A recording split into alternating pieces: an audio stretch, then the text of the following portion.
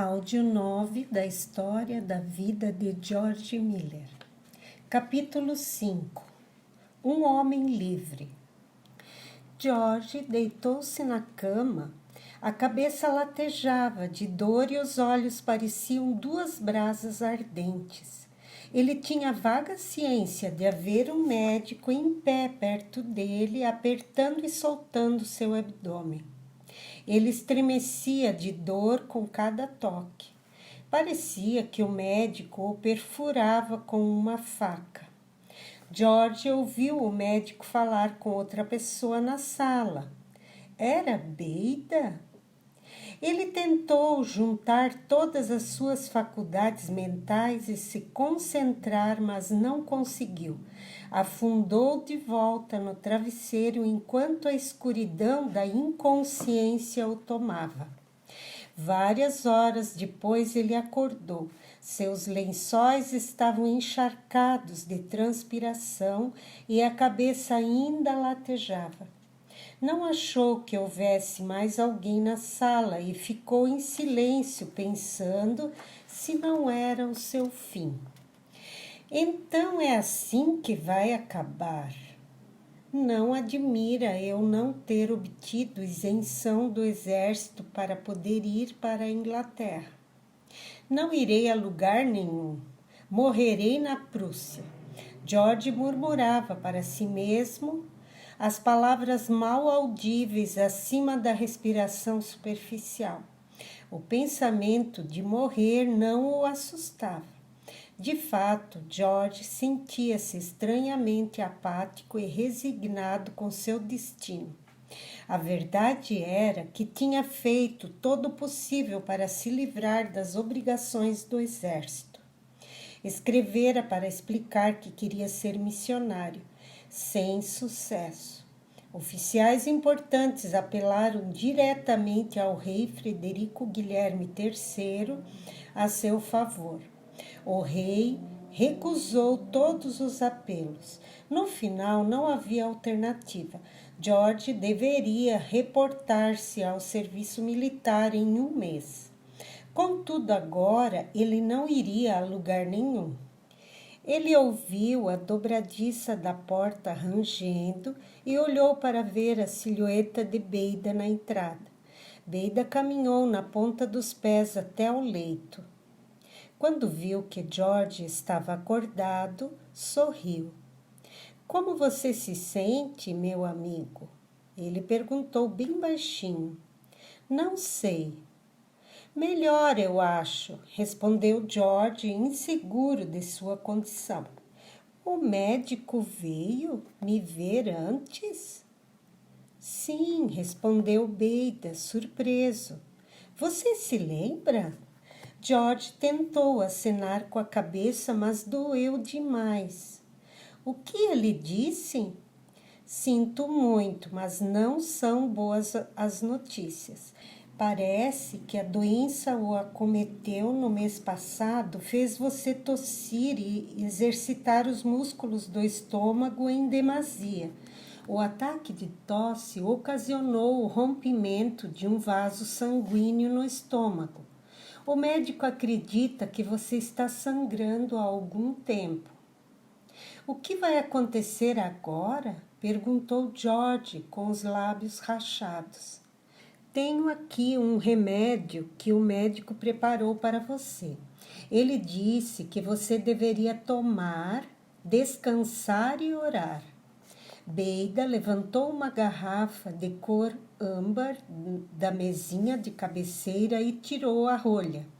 George engoliu uma colher do espesso líquido preto da garrafa antes de cair sobre o travesseiro. Estava exausto com o esforço de se inclinar para a frente. Descansar e orar. George sabia fazer os dois, mas seria suficiente? Durante 5 dias, George esteve em algum lugar entre a vida e a morte. Então, para o espanto do médico, ele começou a se recuperar com lentidão. Um mês depois, George estava bem o suficiente para se reportar ao exército e iniciar o serviço ativo, ou assim ele pensava. Quando o médico do exército o examinou, não apenas uma, mas 2 vezes, ele franziu a testa e fez muitas perguntas a George sobre a sua saúde. No final, balançou a cabeça. É uma pena ser obrigado a dizer isso a um jovem, mas é minha opinião que você não está bem o suficiente para servir ao exército. Duvido que fique bem o suficiente para o exército prussiano, mesmo daqui a 1 década. Você será dispensado. O médico olhou para George de forma sentida. Enquanto George tentava da melhor forma possível conter o sorriso, nada menos que um general do exército assinara seus papéis de dispensa do exército e no espaço de 1 hora a doença de George Miller o tornara um homem livre, capaz de viajar para onde quisesse. Em 19 de março de 1829, George estava no convés de um barco com destino a Roterdã, na Holanda, e de lá a viagem seguiria até a Inglaterra. Agora, enquanto o barco navegava pelo rio Tâmisa em direção a Londres, George respirava o ar inglês profundamente. Ele havia conseguido. George estava ansioso para que o barco atracasse para que ele pudesse continuar com seu treinamento. Quanto mais cedo começasse, mais cedo voltaria à Europa continental como missionário para os judeus. No final do primeiro dia em Londres, havia conseguido para si um quarto em uma pensão barata da região administrativa de Hackney, que definitivamente não era o ponto da moda de Londres, mas que era adequado a seus propósitos. Na manhã seguinte, George tomou um coach até a Sociedade Londrina para a Promoção do Cristianismo entre os judeus. Lá conheceu o diretor, que explicou que cada detalhe de sua vida nos próximos 6 meses já havia sido planejado. Durante 12 horas por dia, George deveria estudar hebraico, aramaico e o alfabeto rabínico. No final de 6 meses, seria capaz de ler, escrever e falar hebraico com fluência e recitar de memória muitos capítulos do Antigo Testamento no idioma original. Quando provasse sua capacidade de fazer tudo isso, a sociedade lhe daria a primeira missão, provavelmente em algum lugar da Áustria ou na Rússia. George começou a trabalhar na mesma noite.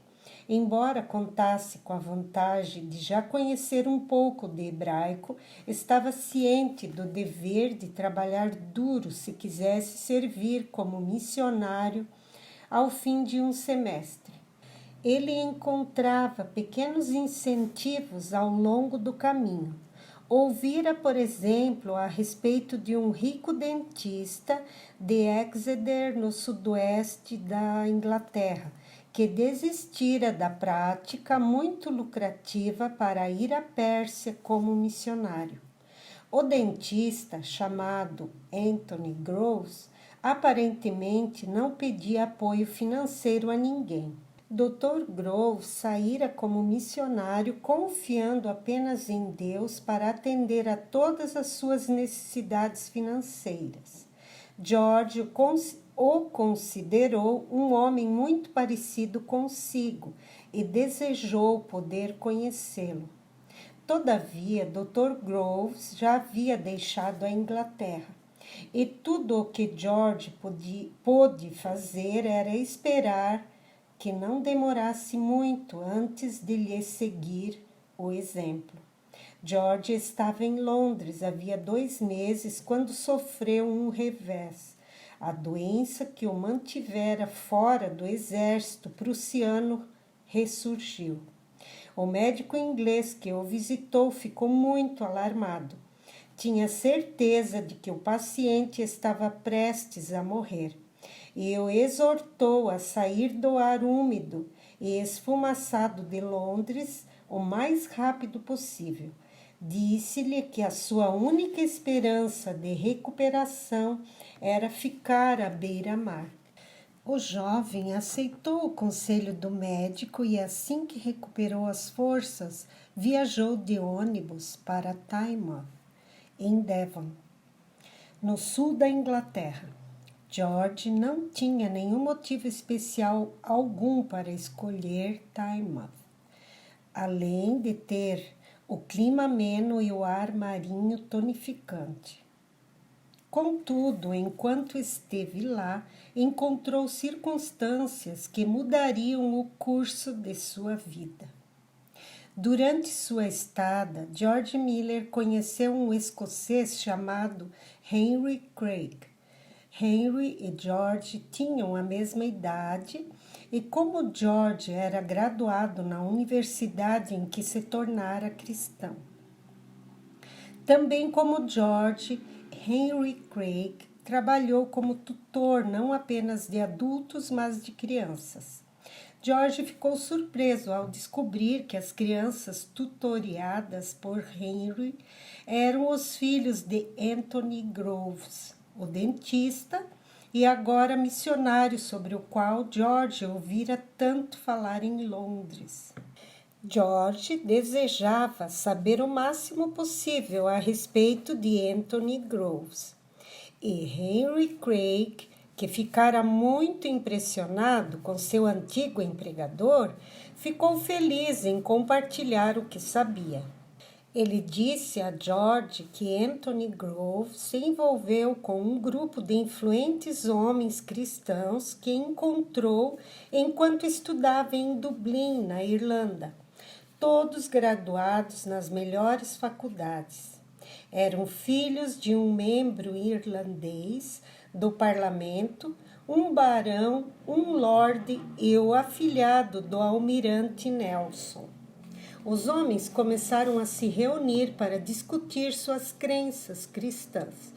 Depois de estudar a Bíblia, chegaram à conclusão de sua veracidade, o que deveriam segui-la com fidelidade. Isso levou Anthony Groves a dar 10% de sua renda aos pobres. Em seguida, aumentou a oferta para 25%. Por fim, começou a distribuir tudo o que ganhava, exceto uma pequena quantia para cobrir as necessidades do cotidiano familiar. Além disso, Groves decidiu vender todos os bens e se tornar missionário. Outros membros do grupo tomaram decisões semelhantes. Um deles, Benjamin Newton, começou a realizar reuniões cristãs em Plymouth, na extremidade sudoeste da Inglaterra, onde desfrutava de grande sucesso. As reuniões eram abertas aos cristãos de todas as denominações e se tornaram conhecidas como as reuniões dos irmãos de Plymouth. George estava fascinado com tudo que ouvia. Ele desejava poder conhecer alguns destes homens. Se tiveram o tipo de impacto na vida de Anthony Groves, como Henry Craig parecia indicar, então eram pessoas que ele gostaria de conhecer. George ficou em Tynemouth durante 10 dias. Não permitiria ficar ali mais tempo porque precisava compensar o tempo perdido das aulas de hebraico. À medida que sua saúde melhorava e suas forças voltavam, ficava mais ansioso para continuar a tarefa de se tornar missionário. Ainda que ele tivesse retornado a Londres e se sentisse fisicamente mais forte, ocorreu nele outra mudança. George tinha uma nova missão, inspirado pela descrição de Anthony Groves e dos irmãos de Plemes, feita por Henry Craig. Ele prometeu deixar de ler livros sobre a Bíblia e, em vez disso, leria apenas a própria Bíblia de ponta a ponta. E quando tivesse lido a Bíblia toda, recomeçaria a leitura mais uma vez. Quanto mais George lia a Bíblia, mais ele queria começar a fazer algo de imediato. Não queria esperar até ser enviado pela sociedade missionária. George organizou uma reunião de oração em seu quarto todas as noites, de 6 às 8. Convidou seus colegas estudantes, muitos dos quais vinham às reuniões. Mas isso não era o suficiente para George, porque ele se perguntava: deveria esperar até chegar à Europa para pregar aos judeus? Havia milhares de judeus bem ali em Londres. George foi para as ruas de Londres com os bolsos recheados de panfletos, todos eles com seu nome e endereço escritos com cuidado. Ele se dirigiu às esquinas das ruas onde avistara judeus reunidos. Às vezes ele pregava aos homens reunidos lá. Outras vezes ele lia o Novo Testamento para os meninos que se amontoavam ao seu redor e às vezes entregava panfletos convidando as pessoas a visitá-lo. Enquanto fazia isso, começou a notar algo. Não era algo incomum, mas era tão óbvio que não acreditava na falta de percepção anterior. Ao falar com os judeus, centenas de não-judeus passavam por ele. Muitas dessas pessoas precisavam ouvir a mensagem do Evangelho tanto quanto o povo judeu. Um grande desejo de conversar com as pessoas de todas as religiões e de todas as crenças sobre Deus começou a crescer no coração de George. Era um desejo que não ia embora. Ele começou a se perguntar se era certo continuar o envolvimento com a sociedade londrina, pois não queria mais ir para a Europa e trabalhar apenas entre os judeus. Desejava ficar na Inglaterra e pregar a qualquer um que lhe desse ouvidos. No ano novo de 1830, ele tomou a decisão. Escreveu uma carta aos membros da sociedade missionária, agradecendo sua ajuda e apoio, mas pedindo para ser liberado do programa, porque não estava mais seguro de que Deus desejava seu regresso à Europa para pregar apenas ao povo judeu. Em 27 de janeiro, o Conselho da Sociedade reuniu-se para considerar o pedido de George Miller. Desapontados, concordaram em liberar de seu programa um dos melhores alunos que já tiveram. George era agora um homem livre, um estrangeiro sem nenhum lugar para ir. Nenhuma sociedade missionária para apoiá-lo, nenhum trabalho e apenas uma nota de 5 libras no bolso. Ele não poderia estar mais feliz.